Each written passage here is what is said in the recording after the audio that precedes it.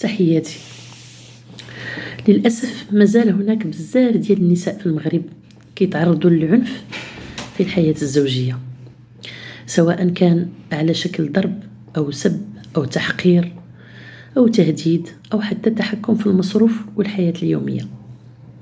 بزاف ديال العيالات تيسكتوا على ود الدراري، خوف من كلام الناس ولا حيت ما عندهمش سند مادي، وكيقولوا نصبر يمكن غادي يتبدل.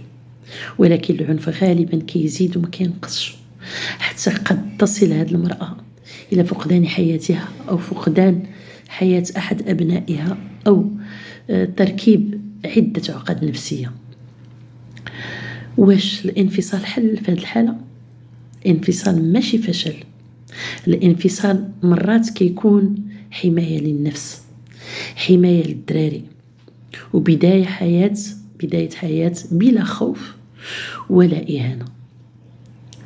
ماشي كل مشكل خاصو الطلاق، ولكن إلا كان العنف متكرر وما كاينش ندم ولا رغبة في التغيير من طرف الرجل، فالسلامة ديالتي وديال وليداتي أهم من أي علاقة زوجية.